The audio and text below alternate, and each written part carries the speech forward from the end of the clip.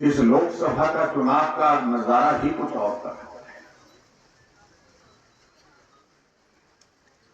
पूरे देश भर में एक आवाज है, हर गली में, हर चौराहे में, हर चौक में, हर मोहल्ले में, हर गांव में ये चुनाव का परिणाम आना बाकी है, लेकिन प्रधानमंत्री तो मोदी जी ही बनेंगे। इस तरह की परिस्थिति शायद मुझे लगता है कि बहुत कम देखने को मिली। जब ये अभी वोट पड़ने हैं, वोटों की गिनती होनी है और परिणाम घोषित होना है, लेकिन देश कह रहा है आएंगे तो आएंगे तो आएंगे तो। और भाई और बहनों, यहीं तक बात सीमित नहीं है। आदरणीय प्रधानमंत्री ने दिल्ली में राष्ट्रीय अधिवेशन में अपनी बात कही थी। इस तरह का भरोसा हमने देश के अंदर तो देखा, लेकिन हम दुनिया का भरोसा देख करके हैरान हैं। अभी चुनाव होना है, लेकिन बतौर प्रधानमंत्री दुनिया भर के बहुत सारे देशों ने नरेंद्र मोदी जी की तारीखें अपने देश में आने के लिए तय करके रखी है बतौर प्रधानमंत्री। यानी कि भरोसा आप देखिए कि देश का भरोसा एक जगह, लेकिन पूरी दुनिया का भरोसा आदरणीय प्रधानमंत्री नरेंद्र मोदी ने इस तरह से जीता कि चुनाव होना बाकी है, परिणाम होना बाकी है, लेकिन दुनिया में होड़ लगी है कि चुनाव का परिणाम निकलने के पश्चात प्रधानमंत्री की शपथ लेने के बाद पहले हमारे देश में आ पाएंगे।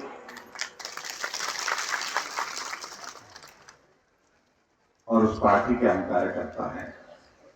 यही विक्रमादित्य सिंह जी, उनके चुनाव क्षेत्र में मैंने डिग्री कॉलेज खोला और उनकी उपस्थिति में वो डिग्री कॉलेज उनके सामने ही बंद कर दिया, कुछ नहीं बोल पाए। मंत्रिमंडल में मंत्री बैठ करके भी निर्णय नहीं कर पाए।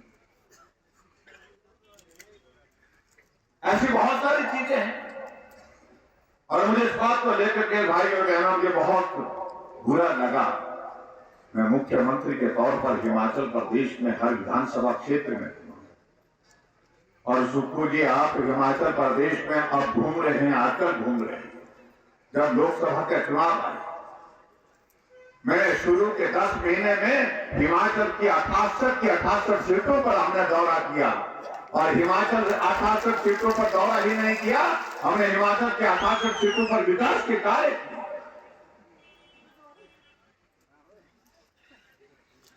और यहां कुछ लोग कांग्रेस के नेता बाहर भाषण देते हैं कि जयराम ने सराज में काम किया।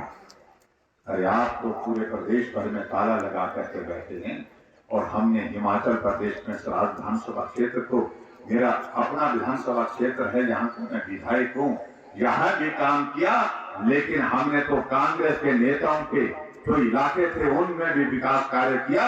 जाकर के रोहडू में जाकर के देखिए, जाकर के रामपुर में जाकर के देखिए, जो वीरभद्र सिंह जी कर नहीं पाए थे वहां पर, उससे ज्यादा काम हमने 5 वर्ष के कार्यकाल में कर दिया।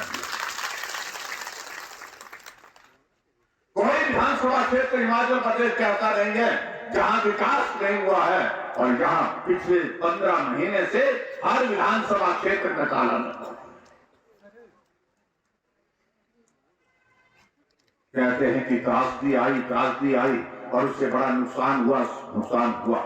मेरे विधानसभा क्षेत्र में भी आप दौरे पर आए थे।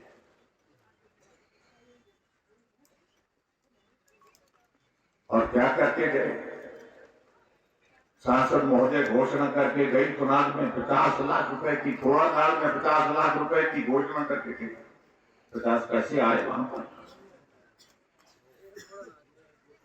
चुनाव में हमने कहा था 25 लाख देंगे, हमने 25 लाख रुपए जमा कर दिया, विधायक निधि का पैसा वहां दे करके उसके काम के लिए। हम थोड़ा काल गए तो वहां मैंने कहा कि 10 लाख रुपए में वो देने की घोषणा करता हूं। 10 लाख रुपए दे करके हमने काम की शुरुआत करने के लिए वहां पर कह दिया। हम कॉलोनी के इलाके में गए, हम जाकर के जो दूसरी पंचायत है, नलवाड़ी की पंचायत, हमारी किशोर की पंचायत, जहां नुकसान हुआ था, जो विकास के लिए वहां पर मदद करने के लिए हम दे सकते थे, वो देने की हमने कोशिश की। उन सारी बातों में जाना नहीं चाहा। और कह रहे कि केंद्र ने कुछ नहीं दिया। केंद्र ने 1800 करोड़ रुपए हिमाचल प्रदेश के उस त्रासदी के दौरान दिया गया और उसमें से आपने कितना पैसा लोगों तक दिया। अभी भी मैं कहीं भी पिछौर के लोग मिल रहे हैं, थुनार के लोग मिल रहे हैं, कई जगह के लोग मिल रहे हैं, करनी के लोग मिल रहे हैं। घर का नुकसान हो गया, रहने लायक नहीं रहा, लेकिन पटवारी कहता है कि अभी तक इसका कुछ नहीं हो सकता, जब तक गिरा नहीं तब तक नहीं गिरेगा। बातें कहते हैं। अगर मैं आज कहूं यहां कहा जा रहा है कि सरकार बनेगी, कांग्रेस की सरकार जाएगी, मैं तो पहले ही कह चुका हूं सरकार नाम की कोई चीज हिमाचल प्रदेश में बची नहीं है। जब राज्यसभा की सीट आप चुनाव में हार गए हैं तो आपको नैतिक अधिकार किसी का भी किसी तरह से भी सत्ता में रहने का नहीं। आप हिमाचल प्रदेश में बजट पारित करने के लिए भारतीय जनता पार्टी के 15 विधायकों को निलंबित करते हैं, सस्पेंड करते हैं और 100 कमांडो बुला करके विधानसभा से उठा करके बाहर फेंकते हैं। आपको सत्ता में रहने का अधिकार ही नहीं है। मैं इस बात को दावे के साथ कह सकता हूं।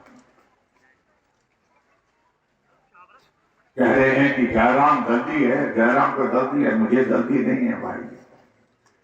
अपनी आपकी नालायकी, आपकी अपनी कमियां हैं जिसके कारण ये सारा नजारा आपके सामने है। विधायकों को मिलना नहीं, विधायकों को दलील करना, उनके काम नहीं करना, ये विधायक बार बार कहते रहे। और मैं यहां तक कहता हूं कांग्रेस पार्टी के अध्यक्ष जो वर्तमान में सांसद है, उन्हें पत्रकार वार्ता में कहा हम किस मुंह से चुनाव लड़ने के लिए जाएंगे। काम तो हुए नहीं, ना लोगों के काम हुए, ना कांग्रेस पार्टी के कार्यकर्ताओं के काम हुए, ना मंत्रियों के काम हुए, ना विधायकों के काम हुए। सिर्फ सांसद निधि से चुनाव नहीं लड़ा जा सकता और इसलिए ऐलान किया कि मैं चुनाव नहीं लड़ूंगी। लेकिन हैरानी में तो इस बात की हुई थी, अम्मा ने तो बड़ी जोर से, अम्मा जी तो बड़ी जोर से मना कर गई, लेकिन बेटा हाँ कर रहा है। जब दिख रहा है कि सरकार भाजपा की बन रही है, जब दिख रहा है कि मोदी जी फिर प्रधानमंत्री बन रहे हैं और हिमाचल प्रदेश में मंत्रिमंडल में उनको मंत्री बना करके रखा है, उसके बावजूद भी चुनाव लड़ने की बात कह रहे हैं, तो मैं तो यही कहूंगा उनकी पार्टी का फैसला है, लेकिन मंडी लोकसभा क्षेत्र का फैसला लोग करेंगे, जनता करेगी। यहां से भारतीय जनता पार्टी की प्रत्याशी कंगना जी को भारी बहुमत के साथ दिल्ली भेजने का आपकी बार मन बना। इसलिए भाइयों बहनों में हैरान होता हूं कई बात। 15 महीने की सरकार हिमाचल प्रदेश में, और जहां 15 महीने के सरकार के कार्यकाल में किया कुछ नहीं। हम एक चुनौती देते हैं जो कांग्रेस के नेता हैं, इस विधानसभा क्षेत्र में आकर के आप किस तरह से, किस प्रकार से, किस मुंह से वोट मांगने के लिए आएंगे। आपके जंजैहली में SCPW का दफ्तर हमने यहां पर खोला था, SC के ऑर्डर कर दिए थे, कार्यालय चल पड़ा था, लेकिन सुट्ठू की सरकार, कांग्रेस की सरकार आई और जहां SC का PW का दफ्तर खोला था वहां ताला लगा दिया। आपके जंजैहली में हमने फॉरेस्ट का डिवीजन खोला था, वाइल्ड लाइफ का, क्योंकि वाइल्ड लाइफ एरिया हमारी शिकारी माता के साथ लगता है, तो हमने कहा वाइल्ड लाइफ का फॉरेस्ट का डिवीजन यहां पर होना चाहिए। खोल दिया था, नोटिफिकेशन हो चुकी थी, सारी औपचारिकताएं पूरी हो गई थी। सुट्ठू की सरकार, कांग्रेस की सरकार आई तो वो भी बंद कर दिया। चुनाव में हमने IPF का SC का दफ्तर खोला था, ऑर्डर हो गए, आदेश हो गए, वो भी बंद कर दिया। गाड़ासैंण के इलाके में हमने ITI खोली थी, नोटिफिकेशन हो गई, जगह देख ली, शुरू करने वाले थे, वहां तो उसको भी बंद कर दिया, डिनोटिफाई कर दिया। छोड़िए, जो मलबा पड़ा है, जो मलबा पड़ा है, वो मलबा ज्यों का त्यों पड़ा है, उस मलबे को उठा नहीं पाए आप पिछले 7 महीने से। कहां की विकास की कहानियां सुना रहे हैं। इसलिए बातें कहेंगे तो बहुत दूर तक जाएंगे। भारतीय जनता पार्टी ने पार्टी की ओर से जब घोषणा की कि कंगना जी चुनाव लड़ेंगी, जब कुछ नहीं उनको दिखा तो टिप्पणियां इस प्रकार की भद्दी टिप्पणी करने की कोशिश की। एक तरफ से कहते रहे कि वो मेरी बड़ी बहन है और एक तरफ से बहन के खिलाफ गंदी भद्दी टिप्पणियां जो कर सकते थे वो करने में कोई कसर नहीं है। यह आदत है हम लोगों की। और खासतौर से जो मंडी के बारे में उनकी एक नेत्री ने एक टिप्पणी की, ये मंडी उनको समझना चाहिए, ये वो मंडी नहीं है, ये अनाज मंडी नहीं है, ये सब्जी मंडी नहीं है, ये उस तरह की मंडी नहीं है जिसका वो जिक्र करने की कोशिश कर रहे हैं। मंडी मांडव ऋषि की धरती है और इस मंडी की मांडव ऋषि की धरती को अगर बदनाम करने की कोशिश करेंगे तो खामियाजा भुगतना पड़ेगा। इसलिए भाई और बहनों में इतना जरूर कहना चाहता हूं, आप सबका स्नेह, आप सबका सहयोग बहुत मिला। यहां कुछ साथी हमारे गारंटी का भी जिक्र कर रहे थे। अब गारंटी का जिक्र करना मैंने तो छोड़ दिया। मैंने कहा जब सरकार की ही गारंटी नहीं है, अब गारंटी का जिक्र करके करेंगे क्या?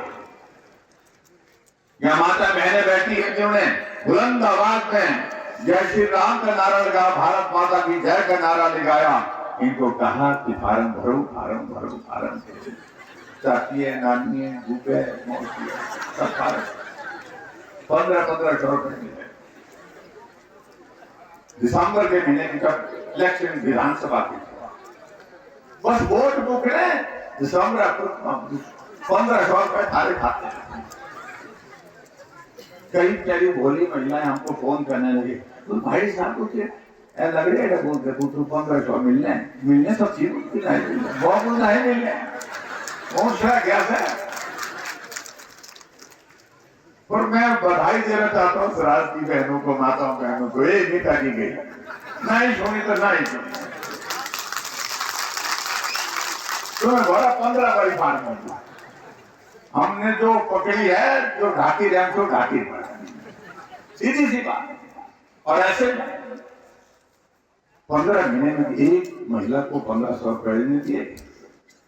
15 महीने के बाद जब लोकसभा का चुनाव आया, यानी फार्म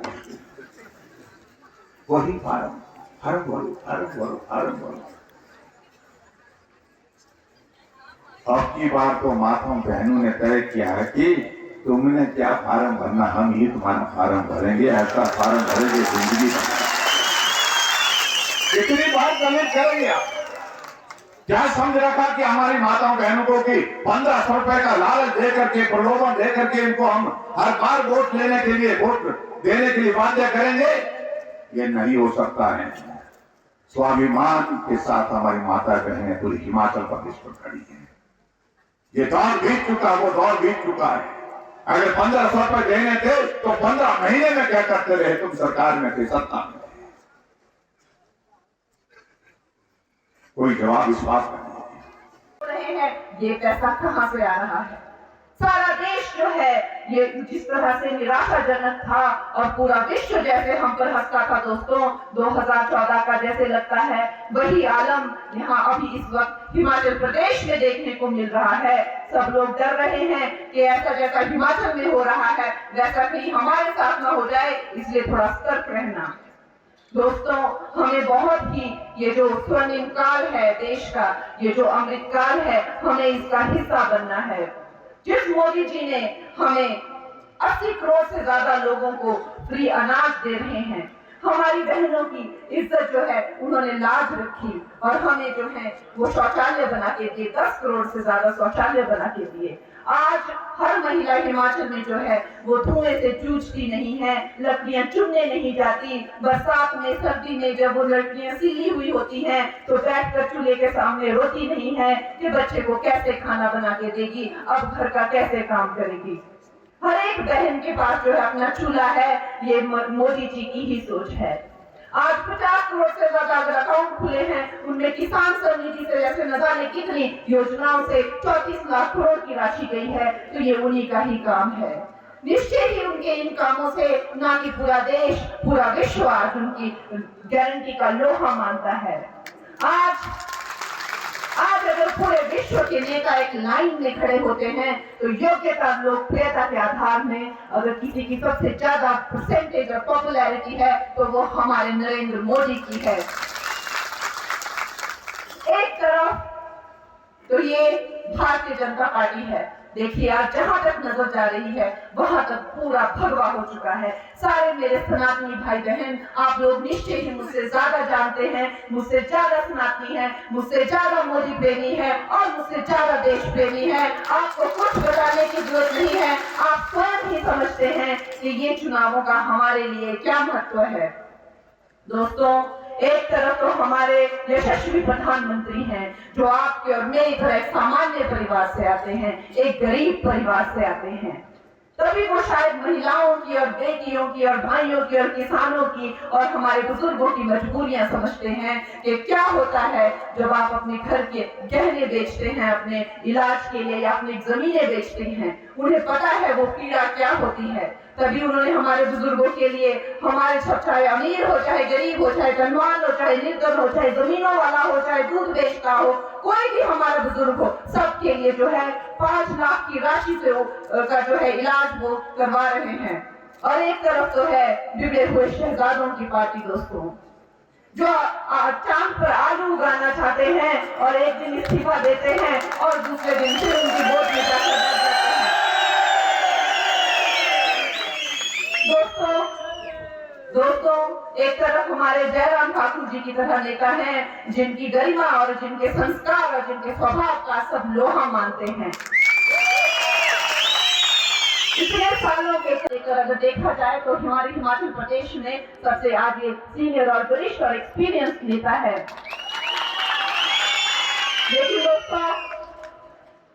लेकिन दोस्तों, जिसको अपनी राजनीतिक विरासत में मिली है, जिन्होंने अपने दम पर आज तक कुछ किया नहीं, कुछ पाया नहीं, किसी का दिल नहीं जीता, किसी का मन नहीं जीता, किसी गरीब की मदद नहीं की, वो आज इनको कैसे अपशब्द बोलते हैं, कैसी अभद्र भाषा बोलते हैं। मैं डंडा मारूंगा, मैं ये करूंगा, मैं वो करूंगा। क्या ये कोई तरीका होता है बात करने का? वो कहते हैं कि हम शिराज में डेंट मारेंगे, लेकिन एक तरफ हमारे नेता हैं जिन्होंने जब भी काम किया तो दिल खोल के, ना कि सिर्फ अपने क्षेत्र के लिए किया, हर क्षेत्र में और अपने क्षेत्र में कभी कोई भेदभाव नहीं किया। निश्चय ही भारतीय जनता पार्टी की सोच कोई क्षेत्रवाद की सोच नहीं है, कोई टुकड़ों की सोच नहीं है।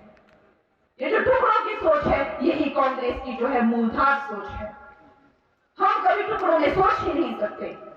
हमारे लिए ये भी वैसे इस मस्त भारत की एक ही हमारे लिए अस्तित्व है। कैसे कह सकते हैं वो कि हम सिराज में एक डेंट मारेंगे? दोस्तों, इतनी अभद्र भाषा का हमारे हिमाचल प्रदेश में, इस तरह की नीच टुकड़े गैंग सोच का हमारे हिमाचल प्रदेश में कोई स्थान नहीं है, कोई जगह नहीं है। और ये बात उनको पता चलेगी और आज तो वो हवा में उड़ रहे हैं, बड़े बड़े वो क्लेम कर रहे हैं और छोटी नीची बातें कर रहे हैं। उनको पता नहीं क्या अहंकार हो गया है, उनको जो है प्रत्यक्ष में कुछ दिख नहीं रहा है, उनको अपनी इतनी बड़ी हार आती हुई नहीं देख रही है। वो अपने घमंड में इस तरह चूर है कि अपनी सारी मर्यादाएं लांघ चुके हैं। मुझे कहते हैं मैं अपवित्र हूँ, जयराम जी का वो निरादर करते हैं, प्रधानमंत्री जी का वो निरादर करते हैं और जनता का वो निरादर करते हैं। दोस्तों, लेकिन 4 जून को जब रिजल्ट आएगा तो उनका दिमाग भी वैसे ही ठिकाने लगेगा जैसा कौरवों का लगा था, जैसा रावण का लगा था। अहंकार किसी का भी नहीं रहता है दोस्तों। और इसी के साथ मुझे लगता है मौसम भी कुछ बिगड़ रहा है, लेकिन आप हमारे जयराम ठाकुर जी से भी मार्गदर्शन चाहेंगे। आप इस भारी मात्रा में यहाँ पर आए और आपने अपनी बेटी को, अपनी बहन को अपने पास बुलाया और अब हमारा जो है ये रिश्ता, ये नाता बहुत आगे तक जाएगा और मैं यहाँ आती रहूंगी, आपका प्रेम पाती रहूंगी, आपकी सेवा करती रहूंगी। हमारे भारतीय जनता पार्टी के जो संस्कार है वो राजा रजवाड़ों के नहीं है। मैं एक सामान्य परिवार से आती हूँ। हमारे प्रधानमंत्री खुद को प्रधान सेवक कहते हैं। वो जेब में एक पैसा नहीं रखते हैं, अकाउंट में उनके एक कोई घर नहीं, कोई बार नहीं, कोई जमीन का टुकड़ा नहीं, कोई आगे नहीं, कोई पीछे नहीं। वो कहते हैं मुझे प्रधानमंत्री कभी मत कहना, मुझे प्रधान सेवक कहना। दोस्तों, अगर हमारे यशस्वी प्रधानमंत्री खुद को सेवक कहते हैं तो उनके आगे हमारी क्या हैसियत है। हम भी सेवक हैं, हम आपके सबसे छोटे सेवक हैं। हम आपका सेवक बनकर काम करेंगे। आपको कभी भी अपनी बहन, अपनी बेटी को कोई काम बताने में झिझकाना नहीं है। आपने ये नहीं सोचना है कि कंगना एक हीरोइन रही है या फिल्म इंडस्ट्री से है, ऐसी सोच आपने नहीं रखनी है। मैं आपकी बेटी हूँ और मैं आपकी बहन हूँ, और जितना आप मुझे काम बताएंगे उतना ही मुझे खुशी होगी कि आपने मुझे अपना समझा। और मेरे साथ एक नारे लगाएंगे दोस्तों, भारत माता की। ही पुराने जन्म के कुछ अच्छे कर्म रहे होंगे कि मैंने इस देवभूमि हिमाचल में जन्म लिया। यहाँ मैं पली बड़ी, यहाँ का अनाज खाकर ये मैंने जो है मैं बड़ी हुई।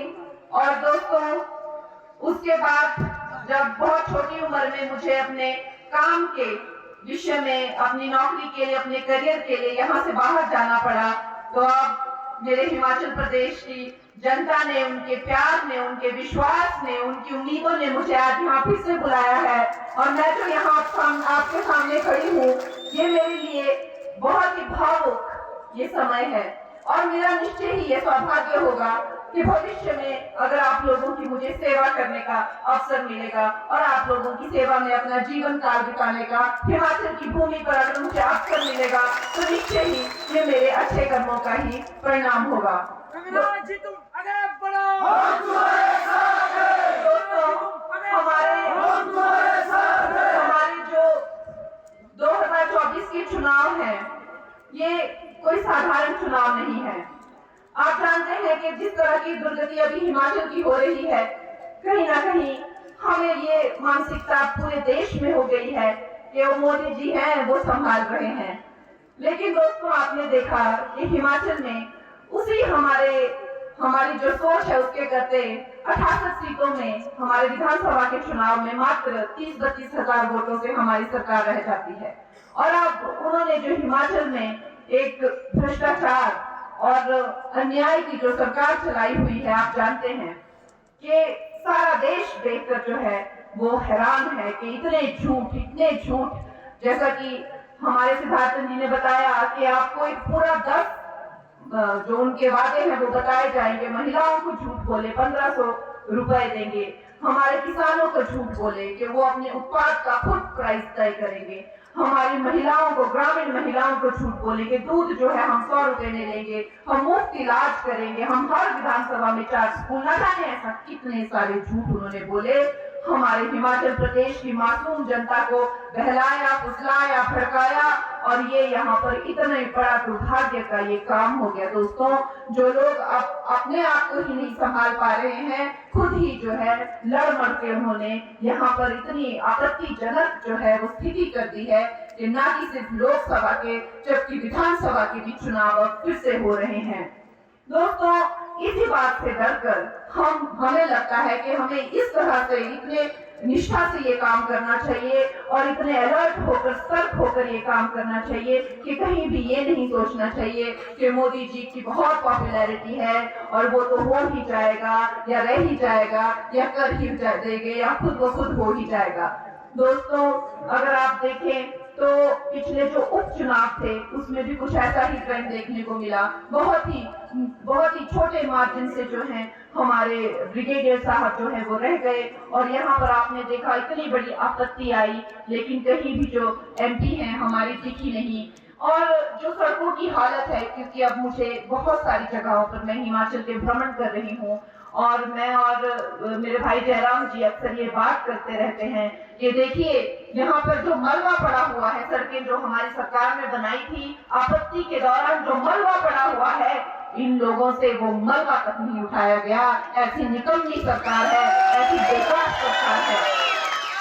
तो दोस्तों, न जाने कितने हजार कार्यालय जो हैं वो बंद करा दिए हैं, हमारे जयराम जी के न जाने कितने प्रोजेक्ट बंद करा दिए हैं। खैर, हमने ये जो आलम है ये पहले भी 2014 से पहले देखा है।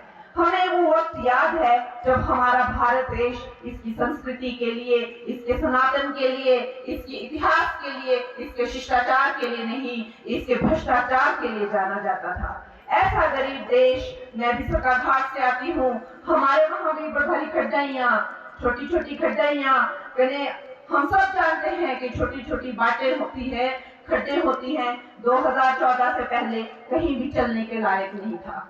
जहाँ देखो वहाँ शौच, जहाँ देखो वहाँ शौच। दोस्तों, सारा देश ये नजारा देखता था कि ये गरीब देश जो है, जनता के पास खाने को अनाज नहीं है, इनके पास कोई भी प्रबंध नहीं है, कोई इंफ्रास्ट्रक्चर नहीं है, इनके पास शौचालय तक नहीं है, पीने का पानी नहीं है, बिजली नहीं है। तो फिर ये 1.5 लाख करोड़ का घोटाला, 2 लाख घोटाले